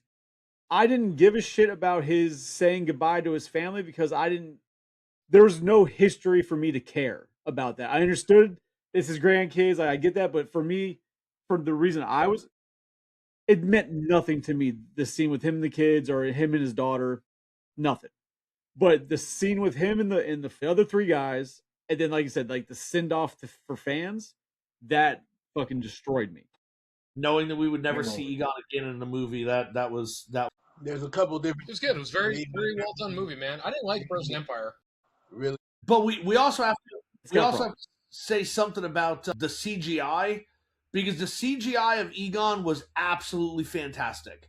Like, it really, that's what they Tony put said a lot earlier. of time and money into that. But that's what Tony said. Like, it was so well done. It's like he was actually, you couldn't be surprised that he wasn't actually an actor doing it, that he was actually still alive. But a lot of CGI right now looks trashy, even though technology is supposedly better, right? Like, with Egon, you could tell everything that they put into it. There's a reason for that. But yes, you're absolutely right. The rest of the movie, though, like, I enjoy the movie as a whole, right? But obviously, those are the key points of that movie. The one thing I do not like about that movie... Kid from Stranger Things, kid sucks. Thank you. Wolfhard or Wolfhardon, whatever the fuck his name is. I don't know. I can't stand him. I think he's fucking annoying. Finn. He didn't seem like he needed to be there. Like, he was just... It was not an important character at all. Just an annoying teenager. Was not a fan of him. Because Stranger Things is a success. That's why he's cast in it. And then I don't mind him in Stranger Things. He's fine. I don't know. And even the girl too. And you know, she's very nice. I've watched interviews with her. She's a sweetheart. Being obtuse. But the girl who plays Lucky, the character, like, it seems like her and I remember his name in the movie, but Finn, characters in the movie are just very shoehorned in just to help with something. Like, they're not a necessity for the overarching story. It's like, oh, here's some teenagers doing some stuff in the summertime. Yeah, we could deal without that. Right, it's like, oh, here, we have to use them here. That way somebody can be there when the first ghost busts out, right? So we're going to use them. Their stories really weren't pertinent to the movie itself. I mean, you could say the same thing with podcasts, but then what it you comes can say down, it, and I would say the same thing about podcasts. But what I'm saying is, but then it comes down to the part where they wanted a younger cast, and you can't have a younger cast with like one character, right? So, like, I understand that. I'm just saying the way that they act in the movie, like, there's just, I understand why they're there, like what the reason for them to go. I get that. It's just they're not important to it. The actual story, the future story, as far as sure, but kind of useless. Does anybody want to acknowledge the little fat, like, Hawaiian kid or whatever? Podcast. How amazingly close his character was to Dan Aykroyd in the way his mannerisms and the way he talked and all that. Yeah, it was pretty great. It was crazy to watch, and the whole time I'm just like, holy shit, if Dan Aykroyd had a kid, that would have been that kid. So, yes, and I feel like you see much more of that come out in the second movie, where you actually see him and Dan Aykroyd interact. You see Podcast and fucking Stance go back and forth. Those scenes, you really see the inspiration for Podcast. I might have to rewatch it because I didn't like the second one, and I don't remember that. I think it was a library. They're riding the motorcycle together. Again, I'd have to rewatch it. Smashing the stuff that people bring in for Ray to giant mallet. Like, you don't even see it at first, and the woman's like, "Oh, this is my husband's watch. It's one of the only things I have left of him," and it beeps periodically, and that's how he lets me know he's there. And he waves the PK meter over, and he's like, "I'm sorry, the spirit of your dead husband does not inhabit this watch." And out of nowhere, a giant hammer comes down and crushes it. And the woman's like, and the kid's like, "Sorry, ma'am, this is what gets the views," and he just wipe it off the table. Oh man! I mean, Tony, you didn't like the Frozen Empire. I didn't hate it. I just didn't like it. It didn't do anything for me. Really? And I think, honestly, because I was fine with Afterlife. I was fine with that stopping there. I didn't need to. I knew there was going to be more. Like, I knew Phoebe was going to have, like, you know, they were going to have to explore more of the franchise because now you have more characters, right, that are introduced. The car's back and all that good stuff. And I get that. But I was fine with where that movie ended. And if you wanted to do it, you know, I don't know, in 10 more years, they want to reboot again and they want to revisit that, that's fine. But I was good with the way that movie ended. And for me, Ghostbusters could have stopped there and I'd have been okay. I think they're watching late and they're commenting it's coming through now because that's all. Yeah, it's all stuff about the second movie parts of the podcast. Well, yeah, see, rom-com. I'm not wrong. But so the second, or in this case, Frozen Empire. A lot of egos on this thing. That's what makes it. It's what sells. It's the views. It's good. Yeah. So the second one, or Frozen Empire, I guess my only real gripe with that movie is the fire master guy. That was such a fucking, I don't know, like, he's like, oh, I'm a little conner. I just sell shit that I steal from like my grandmother or my mother or whatever. And then all of a sudden he's like, oh, I have this power. And by the end of the movie, he's like an expert at his abilities to fight this ghost. Like, it's just how quickly they pushed it. I'm like, this is kind of ridiculous. I mean, he wasn't an expert. He did it without realizing what he was doing. He was afraid when he got down there, and then he was able to actually do it. And a lot of people believe that psychic abilities are triggered by traumatic events. So it would make sense that in that moment where he realizes people are gonna die, that he's also probably gonna die, his ability manifests strongly, but he never looked confident while he was doing it. It was more like, holy shit, this is happening. I don't buy it. I don't buy it at all. It's like every movie you see where people get like some weird ability, like half the movie is about them like working to get stronger and perfect and understand it. And fucking Spider-Man, like he loses his ability and like it's about he learns and he gets better and better. He doesn't just sit there like, oh shit, now I could just do all this and accepts it. And like he's a master. Like they have to learn it. He's like didn't believe in the nonsense at all. Even up until like right in front of the battle, he's like, I don't know about this. And then he's just like, oh, okay, I can do this. I mean, except in your exact example, Spider-Man does not do that. So think back to the first Spider-Man movie. This is the Spider-Man thing. He shoots web out of his wrist, and he doesn't know what's happening, and then he tries to run away, and then Flash tries to beat him up, and he's just like, he's reacting without even realizing what he's doing. He doesn't know what's going on, but he's perfectly able to counter everything. And then he starts practicing after that, and he practices his abilities. Like, the point is that he, all of a sudden, he knew his shit. It's like, all right, calm down. It's not going to be like that. Yeah, and all of a sudden, Peter Parker knew his shit because he could dodge punches and shit, right? Like, okay, John, eat a dick. You're not listening. I mean, I practice my ability to shoot webbing. No. Go ahead. Tonight on OnlyFans, apparently, Tony's going to shoot webbing. But no, like any movie, they always practice it, right? Even going into Stranger Things, 11 had to learn. Like, they have to learn it. Yeah, they might get like an instance where they use it, like, holy crap, I can do that. But his wasn't like, holy crap, his was, I'm doing it. And then to me, it was too fast for him to be able to do that. You have to suspend belief, right? I agree a little bit on that, because the movie also, it was like it moved too fast.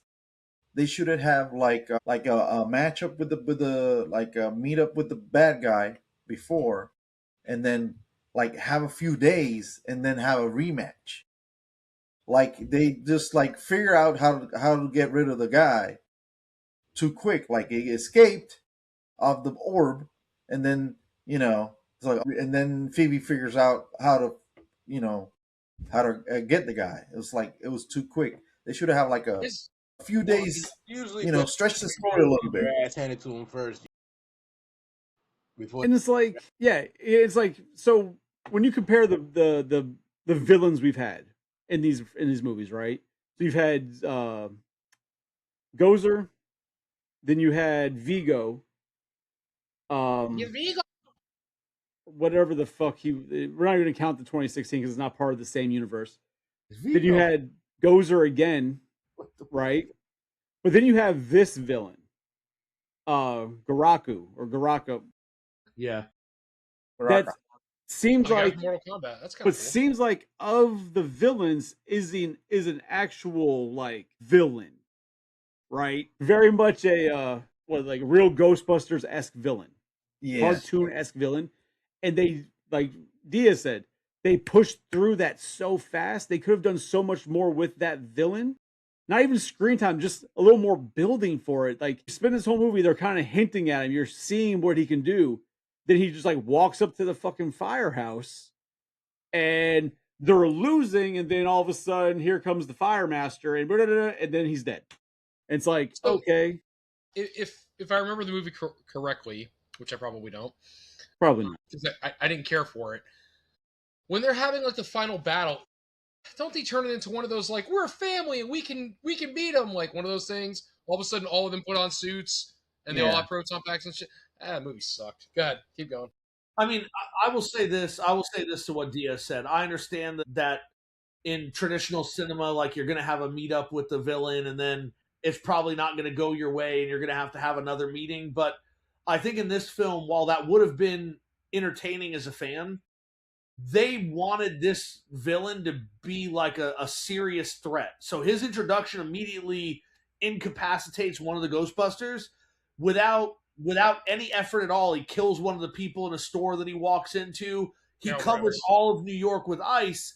I don't know how you have one meetup where then the Ghostbusters get away, right? So, like, think about how, with that strength, the Ghostbusters would have survived to escape from that meetup without actually putting him down in that meetup. And that's where I think they kind of backed themselves into a corner, because if they were going to do it, they were going to have to go more Jaws-esque and make it about suspense, which they did, right? Like, what is this thing pulling strings in the shadows? Why is this going on? Why is the containment unit having trouble? And then you have the release, but then things have to happen quickly or you lose any semblance of believability. Yeah, but then they just let him get squashed by a guy who doesn't understand his powers. But they had a thing, because Baraka, when he escapes the orb, he needed his horns. So they should have used that as a plot device, like divide the horns, hide them, and then he'll get one, and that way he wasn't at full strength. And maybe that would have been something to stain the story a little bit. But they didn't know that he needed the horns. So they left him there. Yeah. Right? Because when they show you the little cartoon about Garaka, it doesn't tell you specifically in that cartoon that he had to have the horns to be powerful. It said that the guy he worked for ripped his horns out and locked them away before locking him away in the orb. So it hints that there's power in the horns. The people who interacted with the horns, which was Lucky, what's his face, like Finn Wolfhard's character, and then Trevor sounds right. Trevor, yeah. And then the blonde-haired guy that looks like Egon from the real Ghostbusters, those were the three that saw the horns in that room. And by the time they meet up with everybody else, shit is already happening. Right? So there wasn't any time for them to say, hey, Garaka's power comes from this and this, because it was Aykroyd, Podcast, and Phoebe who heard about what was going on at the museum. Right, but it should have been written differently to let it get more time to breathe, to really do a better job at it, right? What they gave you is what they gave you. Like, you can't snap your fingers and change it, but they should have, in the writing room, changed it. Like, it's weird the way they did it. It's, like you said, to have a villain that's supposed to be a genuine threat, right? And they're trying to build this up like it's more of a threat than Gozer was. It's more of a threat than Vigo was.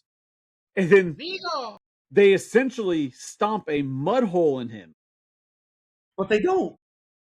As soon as Buddy starts playing with a lighter, they stomp a mud hole in him. You're like the buzzing of flies to him. I mean, he freezes all the Ghostbusters. He destroys the firehouse. They had to practically reverse our atoms in the first one to beat Gozer. Like, they had to cross the streams, goddammit, and potentially blow up the universe to beat Gozer. This guy beats him with a lighter. Like, I can't. They beat him with the containment. He could have been better off. But incapacitated him or captured him, and then let him be the villain for the second one. Well, they've never caught a villain, right? They've never caught the actual villain. Like, the main villain gets killed. I mean, they caught Garaka. Yeah. He gets sucked into the containment unit, so they did actually capture him. But this is the first time that they've ever caught the villain. They caught Gozer in Afterlife. They catch her? I thought they destroyed her. They used like 100 the giant traps. trap. The giant one. Again, he's such a threat. They didn't use a giant trap. They used the containment unit, but still. Was it the same chick? Was it the same actor in Afterlife? No, it was Olivia Wilde who played Gozer in Afterlife. Because, I mean, she looks spot on. Yeah. I mean, it's makeup, but... They did an amazing job. But no, I mean, listen, I guess I'm in the minority. I liked Frozen Empire because it reminded me of an episode of Real Ghostbusters. Absolutely. I love Frozen Empire. I thought that they did Like, I thought they had a lot of suspense. I thought it went well. And for me, anyway, the ending of it made a lot of sense because you have this huge threat. You can't let it go on because he comes in and essentially incapacitates everybody. And the only reason Phoebe is able to put up any bit of a fight is because she was in the museum and remembered that they said that the copper, right, that the copper ore or the brass ore, or I think it was brass, the brass is able to shield you from his magic. He's not able to overcome that. And so she spends time when everybody's getting destroyed downstairs, she's melting brass into the pack so that the accelerator in the pack is striking brass, so you get that green flame instead of the regular one in the stream. But even then, he overcomes that shit. It's not until the Fire Master comes in, you have that little moment of levity, and you get a little flame, but then he doesn't take it over either. Phoebe starts breaking loose. Everybody else is able to use their packs behind the Fire Master and Phoebe to kind of subdue him, and he's still winning, right? Like, he's still shaking it off, and it's not until Ray was like, wait a second, we can do essentially what we did before, reverse the polarity of the containment unit. We just have to do that. And then they go in and reboot the containment unit, and because of the giant crack, it sucks him in. They don't beat him. He's overcoming everything they're doing, but the ghost trap is what actually gets him in the end. They don't win. They still beat him. But they didn't. Right? Like, it wasn't their equipment that does it. It wasn't that they overpowered him. It was the fact that they had a ghost trap that was able to suck him in. Who made the ghost trap? You guys do this way too often. Power of Family. It wasn't the Power of Family, damn it. Vin Diesel was not in the film, and if he was, it would have been terrible. Talk about an emotional send-off. Let's talk about Fast and Furious. Yeah, let's talk about how they're about to ruin it. They ruined it 7 fucking movies ago. No. What I'm saying is they're going to actually ruin it now by incorporating a CGI character into the whole film so that Brian can be back for the last movie.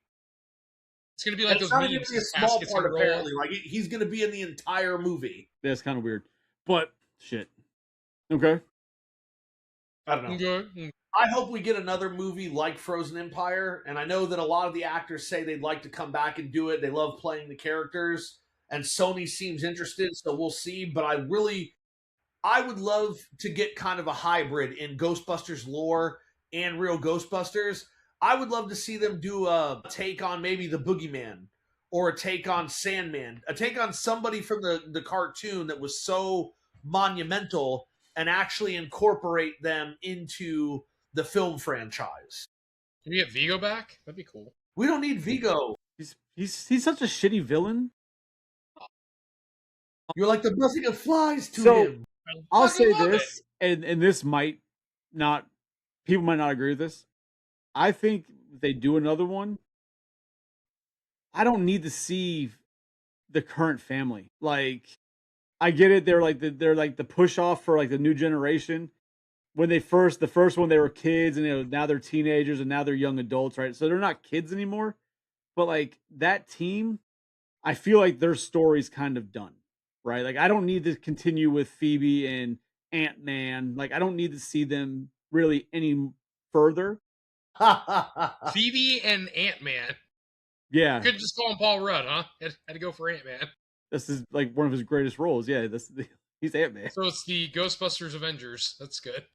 Now, this is one of those movies, though, that we discussed a few podcasts ago, but I feel like Ghostbusters is very much one of those franchises, not even for a cartoon, but that could benefit really well from like a Netflix series, an 8-episode series, and run that. Because then you could have a lot more story, a lot more build, different franchises. You could really do a lot with it, because every week be something different. You know what I mean? You don't have to try and jam it all into one movie. We are about to get a cartoon, but nobody knows what it's about. Nobody knows if it's going to be a kids cartoon, whether it's going to be I'm gonna guess for older people. Ooh, like, nobody good call. knows what Maybe. it's going to be. Right? So who knows? Yeah, no, like you said, but I think that Ghostbusters is definitely one of those franchises that could really benefit from that, right? Each year do a different, one of their different franchises, just different stories and go like that. I think it'd be great. There's a rumor of Gremlins 3 coming out. It's coming out. They are saying that it's going to be a crossover with Ghostbusters. Don't fall into that nonsense lie that McKenna Grace made on a talk show. She said that shit on April Fool's Day or something. Yeah, because she was saying that it was her. It was on an interview, and she's like, yeah, and she kind of acted like she accidentally spilled the beans, saying that she was going to be in Ghostbusters or in Gremlins 3, and she was going to be repraising her role as Phoebe from Ghostbusters. And then all of a sudden, like, oh, they're going to cross over. But it was, I believe it was on April Fool's, or it came out that it was her joking around. That wasn't a thing.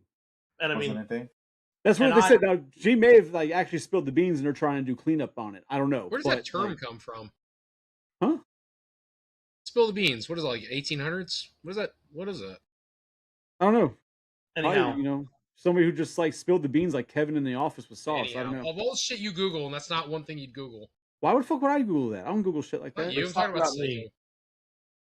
Because I don't care about the etymology of the term "spill the beans," right? I love how you have to use big words. He wants you to think he's smarter than you. That's all. I mean, I don't care what you think. The fact of the matter is,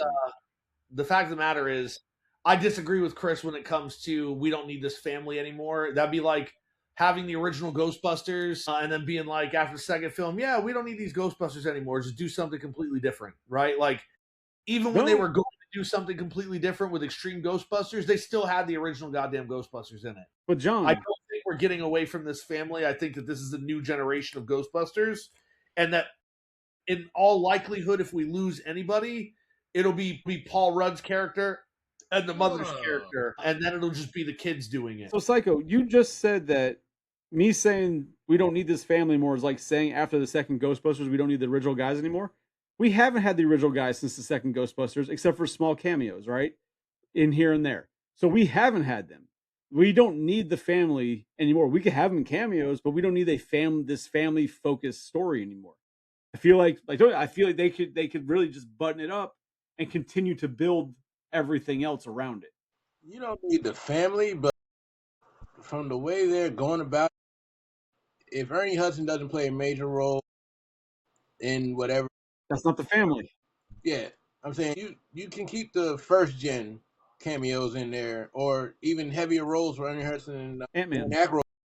But I kind of don't disagree with not really needing the family anymore. I don't disagree with you. You can move on from there. I get it; they're Egon's family, and they can do cameos.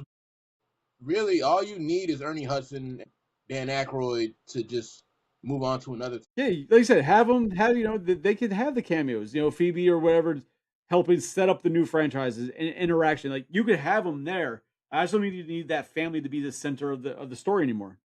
I think if we get another movie, what's going to happen is Bill Murray won't be in it, Janine won't be in it. I think that we'll get cameos from Hudson and Aykroyd in like major cameos, though, right? So they'll be in there. I think that we will have Phoebe, Trevor, and Lucky and Podcast. And then the other adults will not be in it because they will be adults and they will be like taking over the franchise. Or if at most you might get a cameo from Paul Rudd and from the mother, I don't think the other characters are going anywhere. I think that that's what they're building around. And I think that we should all kind of just resign ourselves to that being the case. Well, I'll resign to whatever I want. Fucking you make me resign to. The game but no, a couple years ago that we were playing, is that supposed to be canon? Because if it is, then we definitely got Ernie. It's not canon. No. Sadly. Well, no, because remember, in Afterlife, they're like, oh, there hasn't been a ghost in 30 years. So, no, it's not canon. I mean... So, go ahead. Are we talking about the 2009 Ghostbusters game? Nah, the game that we were playing like a couple years ago. Which was what? I don't remember the name of it, man. We played it for like 2 weeks, and then we had to go back to adult. Are you talking about the like top-down version? You had a convertible? That came out after the 2009 game? It was like a top-down perspective, and you would go in these buildings. The game that was a way dumbed-down game, and I know the one you're talking about. Yeah, and it was not very good. Or are you talking about Spirits Unleashed that we played like once for 2 hours and then never again? And that was not even a year ago. Not a year ago? Man, I'm not crazy like that. But yeah. Like if you're talking about that one had Ernie Hudson and Dan Aykroyd pretty much saying not exactly a franchise, but moving forward with new teams and everything. if that's what they're gonna do with the Netflix series, I'm with that. We don't need. I don't have a problem with the family. We don't. But the 2009 game is canon, and it is canon. Oh, yes, it was. Well, they haven't seen a ghost in over 30 years, and the video game 30 years. There hasn't been a report of ghosts for almost 30 years, but the freaking 2009 game was supposed to happen in 1990 or 1991. That was when it was taking place. So 2021 would be 30 years after that. It absolutely fits in as 100% canon. All right, so no. So spill the beans was an original Greek term that had to do with voting, and they had two different colors of beans. And so what would happen is somebody would spill the jar and would prematurely know who's going to win, and that's what spilling the beans comes from. Okay. I just feel like I had to get that out while we were on this. Uh-huh. Thank you, Tony, for that bit of information. I got nothing to say after that. Thank you. Okay, so all right, I guess I was looking it up. So the takes place in 1991. So I guess it could be canon, even though they don't mention anything from the game in it. Time wise, they could line up. So I'll give you that. That's fine. I want the franchise to continue. I'm alright if it does. I don't think that the family's needed. I don't think we need to go that far anymore. I just want to see it go on. But like Psycho, you were saying that this is the way they seem to be going. I think Ernie Hudson is the only original member who has to be in it, because he's, especially if they're trying to do other franchises, because he's the owner now, right? So he'd be the one to really push it. He doesn't own the rights to franchise, but he's the money behind the franchise. Yeah, he's the one who's been fronting it. Yeah, no, but in the movie, not in the real world. In the movie, just kidding. Sony owns the franchise; they're the money. But yeah, so he's the only one. I think, like I said, Bill Murray. In universe, he's the money. He's the financial backer in universe. Correct. Yes. Thanks for repeating that. Yeah, appreciate you. And that's why I'm not down for anything that I'm not really down for anything that he's not going to be part of. But I agree. Bill Murray will not be in the next one. Neither will Potts. He won't be there. He might be. You never know. And I honestly feel if they didn't even want Dan Aykroyd there, he'd still show up. Like, I think he would just appear. So, like, he just pull up in his car and be like, hey, guys, what you going on? Yeah, I'm just going to walk through this scene real quick and just be here. But, no, go ahead. I think that the Frozen Afterlife movie confirmed that Dan Aykroyd will be a part of everything coming after this if Ernie Hudson is there, right? Because there's that scene in Frozen Empire where Ernie Hudson is essentially chastising Dan Aykroyd's character, telling him that he put those kids in danger and he's got to be smarter and that they're supposed to be getting out of this. They should be enjoying their golden years. And Aykroyd tells him, yeah, but this is how I want to enjoy my golden years. You're saying that I'm supposed to use my time now to do the things that I enjoy and that I want to do. And this is the only thing that I enjoy and want to do. And they kind of have this moment where they understand one another, that they are going to be part of this. And so that's why I think if any of them come back, it has to be both of them. Psycho, what's Frozen Afterlife? That's what you're about to have. You're the one who said it. I was just curious. I thought maybe I missed something, but there was like a special. I heard it and I didn't say anything. I left it alone. I was just curious. Yeah. I was doing, because for all I know, there was like a YouTube video about the movies they called Frozen Afterlife. Like, I missed something. I was curious. Yeah. Frozen Empire. Okay. All right. Well, I think we're going to wrap this up. Yes, sir. God damn. Anybody else have to work tomorrow, or is it just me? Nope, I got to work. No, that's I got to work tomorrow, too. I'm going to slide my ass into work late. It don't matter. You what? No, I forgot. I thought you were on break still. That's right. You are. Break was last week. So, Tony, is there anything that you need to plug for next week, my man? Yeah, but she's at her house and I'm here. Fair. Okay. Practicing making babies. We all enjoyed that. Now, we got drinks and toys on Tuesday. Honestly, I don't know, man. I've been on Toy News, Toy Arc, whatever. They didn't have anything really going on lately. I know there's everybody's still squawking about Playmates and the licensing because Mattel obviously has the rights now for Turtle Toys, and that's a whole thing. So, yeah. Can we just like do an episode where we just make up dumb rumors and then we could just spread them online and see which ones take? I thought that was every cast. Fair. That's fair. Okay. I'm all about some fucking rumors, man. Let's do this. Let's just make up bullshit. See what happens. I want to decimate some lives. Let's do this, dude. Psycho, you have anything that you need to plug? Nope. Plug you beautiful bastard. Oh, how about you, Diaz? You coming up for your Ghostbusters? You Lakeland guys? Not this month. Next month we're gonna be at Kissimmee Collector Fest. Nice. Okay. Are you also going to be at the Lakeland show June 7th? I'm not sure because You weren't invited. Wow. No. I got another event in what's it called? Who owns the car? What was that? Who owns the car? The car. His name is Jim Crawford. Okay. He lives in Plant City. So pretty cool. So he's not just like a volunteer; he's like part of the group, right? Yeah. What kind of car is it? An Echo 1. It's a Cadillac. Meteor. It's all right, Scarface. What was that? It's a Cadillac. Can't hear you. He called you Scarface because of how you said Cadillac. That's all. I said it. It's a '59 Cadillac ambulance. No, it's a 19. I think it's a 70. Okay. Yeah, it's a later car. I saw it. It's square headlights and all that good stuff. Yeah, it's a little square, a little bit.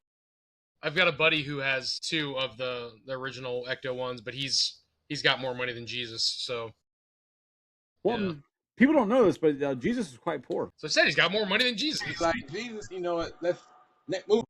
No, but he writes all these crazy third-party checks, man. It's weird. Can't hold water in his hand though, so what can you do? Well, on that note, so we got drinks and toys next week. We got Collector's Hideout next week, 9:00 on Thursday. No idea what we're doing yet. So what? Can we go back to horror? That would be nice. We haven't talked horror in a long time. We need to do horror. Yes, we can do horror. Shay, remember when the podcast ends, do not hop out immediately. You have to allow the stream to finish uploading and everything. That'd be great. Thank you. That'd be great. Hop out immediately. Yeah. Tony, we'll think of something for next week for horror. I miss horror. I love horror. That's where we started. All right, cool. There's so a new Dracula movie coming out. Sorry, or is out. I apologize. Ooh, let's talk about the trailer for The Mummy. Yeah. Next week. The little girl mummy? The new Mummy? The little girl mummy, right? Mummy? It looks like Evil Dead. Repeating the word doesn't help it. It's the little girl. Mummy? There's a little girl. She's like the reincarnation of the mummy. Okay, yeah, because it looks like, Evil Dead. All right, so anyway, next week. So next week, we'll discuss that plus other shit. But we'll get a full idea later. The company are actually filming another sequel, so that's who? Brendan Fraser and company are going to be filming another. Oh God, is he going to be fat? All right, no, that's a different movie. So yeah, everybody, whoever's here watching, we got a bunch of people watching. Thank you all for coming out. Hit the like, subscribe, share all that bullshit. If you enjoyed it, if you didn't, still hit it. Just give us something, please. And then, so tune in next week. Oh, you know what? Next week we can talk about how much Star Wars sucks. That's going to be a good episode. We can do that. I'm in. So you're not hurting me. I'm not a Star Wars guy. Okay, so I got to be here. You people here are saying I got to be here next week. Is what? No, you don't. Your horrible connection and sideways video is weird. So thank everybody for coming out. Next week we'll see y'all. No capes. No. I think we got out before we could say no capes. I'm pretty sure. Mine still says